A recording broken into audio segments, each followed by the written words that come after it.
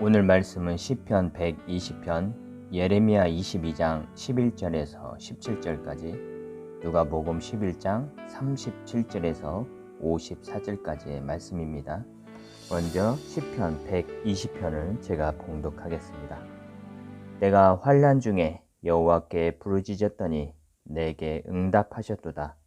여호와여, 거짓된 입술과 속이는 혀에서 내 생명을 건져 주소서. 너 속이는 혀여, 무엇을 내게 주며 무엇을 내게 더할꼬. 장사의 날카로운 화살과 로덴나무 숯불이로다. 매색에 머물며 게다르 장막 중에 머무는 것이 내게 화로다. 내가 화평을 미워하는 자들과 함께 오래 거주하였도다. 나는 화평을 원할지라도 내가 말할 때에 그들은 싸우려 하는도다. 다음 말씀은 예레미야 22장 11절에서 17절까지의 말씀입니다. 여호와께서 유다 왕 요시아의 아들 곧 그의 아버지 요시아를 이어 왕이 되었다가 이곳에서 나간 살룸에 대하여 이와 같이 말씀하시니, 그가 이곳으로 다시 돌아오지 못하고 잡혀간 곳에서 그가 거기서 죽으리니 이 땅을 다시 보지 못하리라. 불의로 그 집을 세우며 부정하게 그 다락방을 지으며 자기 이웃을 고용하고 그의 품삯을 주지 아니하는 자에게 화 있을진저, 그가 이르기를 내가 나를 위하여 큰 집과 넓은 다락방을 지으리라 하고 자기를 위하여 창문을 만들고 그것에 백향목으로 입히고 붉은 빛으로 칠하도다. 내가 백향목을 많이 사용하여 왕이 될 수 있겠느냐? 내 아버지가 먹거나 마시지 아니하였으며 정의와 공의를 행하지 아니하였느냐? 그때 그가 형통하였었느니라. 그는 가난한 자와 궁핍한 자를 변호하고 형통하였나니 이것이 나를 알미 아니냐? 여호와의 말씀이니라. 그러나 내 두 눈과 마음은 탐욕과 무지한 피를 흘림과 압박과 포악을 행하려 할 뿐이니라.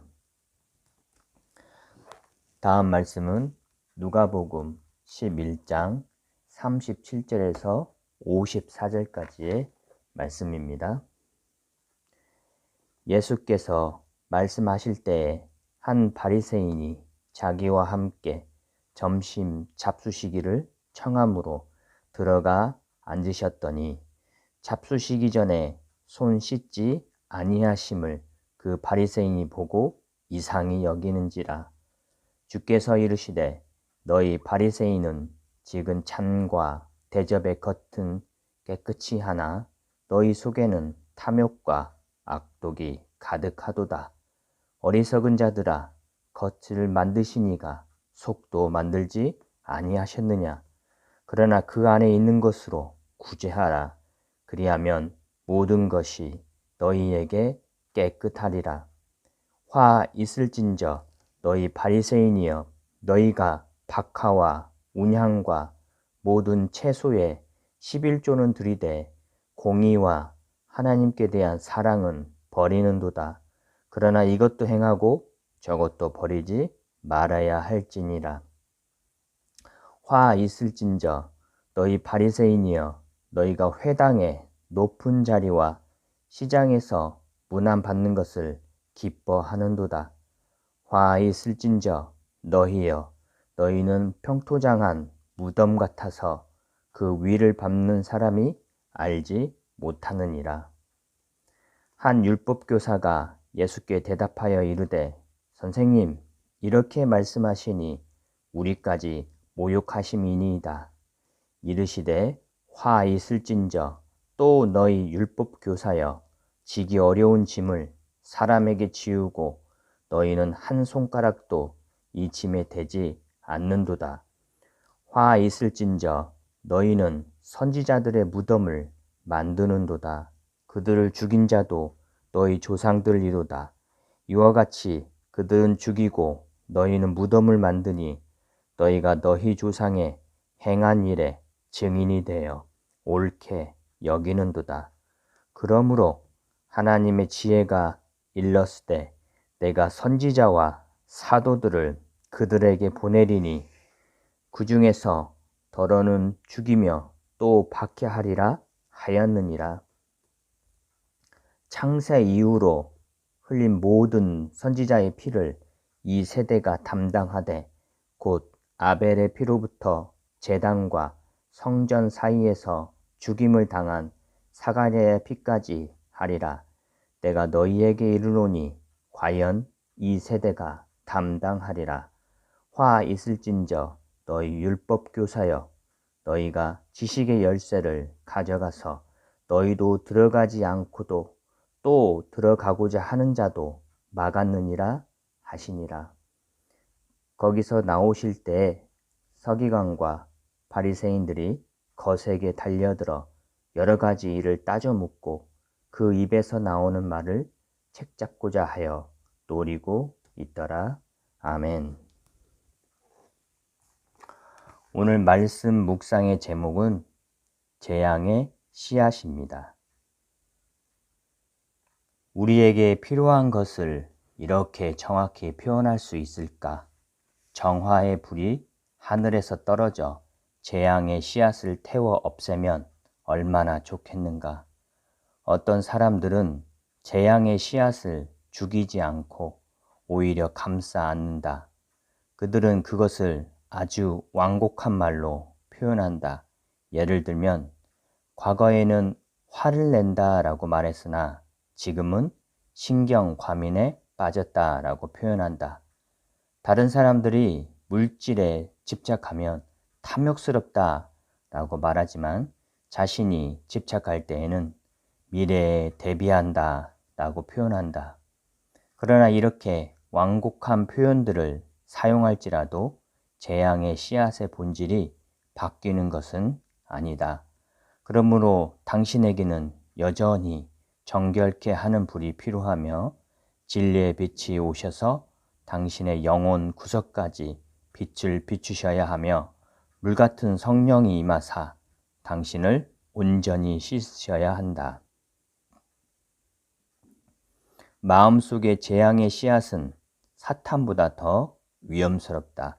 왜냐하면 사람의 마음속에 재앙의 씨앗이 없다면 사탄은 결코 사람에게 해를 끼칠 수 없기 때문이다. 사람의 마음속에 생긴 재앙의 씨앗은 사탄을 불러들인다. 예수님은 이 세상 임금이 오겠음이라. 그러나 저는 내게 관계할 것이 없으니 요한복음 14장 30절에 이렇게 말씀하신다. 사탄은 예수님에게 아무 영향을 끼칠 수 없는 존재이다. 하지만 그가 인간들에게는 영향을 끼친다. 그가 베드로에게 접근하였을 때 베드로 안에 두려움이 있는 것을 알았다. 그가 가룟 유다에게 접근하였을 때 유다에게 탐욕이 있음을 보았다. 그는 이 두 사람 안에 있는 재앙의 씨앗을 이용하여 한 사람을 멸망시켰고 다른 한 사람을 거의 멸망시킬 뻔하였다. 재앙의 씨앗이 무서운 다른 이유는 그것이 좀처럼 발견되지 않는다는 점이다. 그리고 재앙의 씨앗이 무서운 또 다른 이유는 사람들이 그것의 존재를 인정하기를 싫어한다는 점이다. 그것의 존재를 인정하면 수치심과 두려움을 느낄 수 있기 때문에 극소수의 사람들만이 그것을 인정할 수 있는 용기를 갖고 있다. 이는 A.W. 토저의 이것이 성공이다 중에서 인용한 내용입니다. 그러나 내 두 눈과 마음은 탐욕과 무제한 피를 흘림과 압박과 포악을 행하려 할 뿐이니라. 예레미야 22장 17절의 말씀입니다. 하나님께서는 불의로 집을 지은 여호야김을 책망하십니다. 그리고 그를 위하여 슬프다 통공하지 아니할 것이라 예레미야 22장 18절에서 말씀하십니다. 너희 바리새인은 지금 잔과 대접의 겉은 깨끗이 하나 너희 속에는 탐욕과 악독이 가득하도다. 누가복음 11장 39절의 말씀에서 잡수시기 전에 손을 씻지 아니하시는 예수님을 이상히 여기는 바리새인을 향해 예수님은 일침을 가하십니다. 주님의 책망들은 찔림이 있고 아픕니다. 그런데 그들의 반응은 그 찔림을 칼로 베어 화로 불에 던지거나 거세게 달려들어 여러 가지 일을 따져 묻습니다. 그들에게는 아직도 그럴 힘이 남아 있습니다. 그들의 삶에 재앙의 씨앗이 발아되고 있다는 증거는 그것을 인정하기를 싫어하며 서로를 감싸 안으려 애쓰는 그들의 모습을 보고 알 수 있습니다. 거치는 돌과 걸려 넘어지는 바위와 같은 말씀들. 다만 그들은 털고 일어서면 그만입니다. 그들에게 주님의 말씀은 아무런 의미가 없는 돌과 바위뿐입니다. 오늘 말씀을 묵상하면서 우리들은 각자 다른 인생이란 세포막을 가지고 있겠구나 하는 생각을 해봅니다. 세포를 보호하기 위한 세포막은 반투과성 구조입니다. 흡수할 것은 흡수하고 거를 것은 거르고 각자의 삶을 유지하기 위한 인생의 세포막, 여호야김, 바리새인, 서기관, 무리들, 세리, 백부장 등등 재앙의 씨앗도 각자 삶의 몫이 아닐까요? 거치는 돌과 걸려 넘어지는 바위를 어떻게 통과시킬 수 있을까에 따라 몫이 달라질 수 있겠구나 하는 생각이 듭니다. 그런데 골마 터져서 아플 때가 기회이고 알아 누울 때가 기회이고 넘어져 울을 때가 기회인 것은 그때야 비로소 치유하러 오신 주님의 말씀을 걸을 힘이 없기 때문인 걸 깨닫고 배웁니다. 내가 환난 중에 여호와께 부르짖었더니 내게 응답하셨도다. 시편 120편 1절의 말씀을 묵상합니다. 주님, 한량없는 주님의 은혜에 감사드립니다. 주님의 사랑을 찬양합니다. 아멘.